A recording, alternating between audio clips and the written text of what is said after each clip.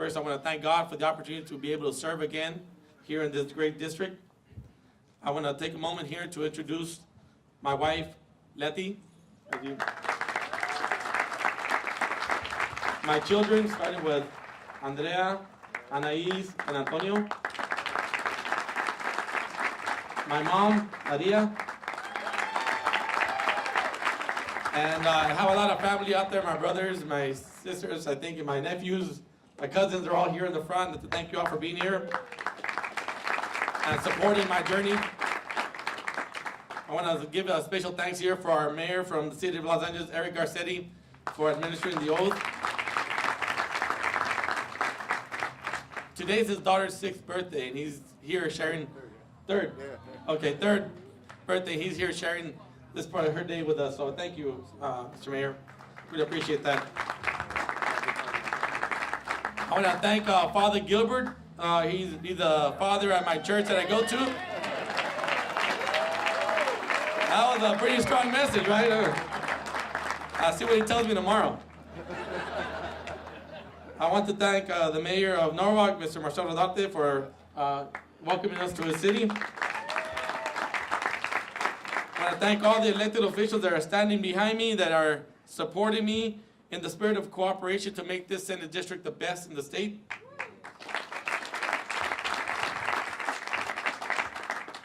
I want to share a quick story with you guys. I had so many friends that came over today. Very fortunate to have you all here.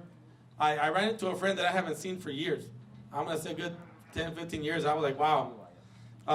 He happened to be, he's the principal that interviewed me to go start teaching in East LA at Brooklyn Avenue School. His name is Ray Gonzalez. I don't know if he's still there. Ray? There he is. So I'm looking at him like, oh my God, Ray is here. When I went to apply for the job, he interviewed me, and then the vice principal as well. And, he asked me, so what do you see yourself doing in 5 years? I'm like, whoa, don't ask me that question. He goes, why? I think, well, the last time I applied for the job, they asked me that question, they didn't give me the job. So I'm afraid to answer it. And he's like, what did you say? And I said, I don't know. He goes, promise me that I'll still get the job? He said, yeah, you'll still get the job. I said, okay, great. So once I secure my employment there, I said, well, you know what? In 5 years, I see myself being a council member in the city of Artesia. He's like, really? He goes, yes, there's a lot of issues that are going on in the city. The city has not addressed them, and I feel obligated that I need to help. My neighbors are coming to me because I went to college, they know I could speak the language, they know I could go over there and fight for them. So I'm gonna do that. He's like, oh, well, good for you, that's great. So I did run for city council, and I got elected. So, and I know there's a lot of teachers out there. I want to thank all my teacher friends and supporters out there. All of you, I really thank you. You helped us so much. You just don't believe it. You just don't know how much. And you all had your first year of teaching, my first year of teaching, and you know what? And that's when I ran for council. The first year was teaching. So anyway, so I want to thank you for being here. I want to thank all my teacher friends for being here. And actually, if you didn't hire me, along with Ana Perez and Lupita Sanchez that are over here, because they were the second interview that they gave me, if they wouldn't have hired me, I would have never met Letty. I would have never had my children. So I thank them for that. So I'll share that story. For the past few years, it's been very difficult to stand by and watch that our district has not had any representation in the Senate. Many of the elected officials behind me feel the same way. My commitment to my elected officials here behind me and to the district is to represent them to the full extent that I can in Sacramento. I am already doing some of that work, but making sure that the issues that we care about, like public education, jobs, economic development, child safety, public safety, water, transportation, health, and among others, are being addressed. I will work tirelessly to ensure that every child has the opportunity to attain a higher education because they are our future. A recent UCLA Anderson forecast indicated that by the end of 2016, the state's unemployment rate might drop to 5.3%. And I think that's great, but we ought to make sure that our workforce is equipped and trained and educated to take on those jobs of the future.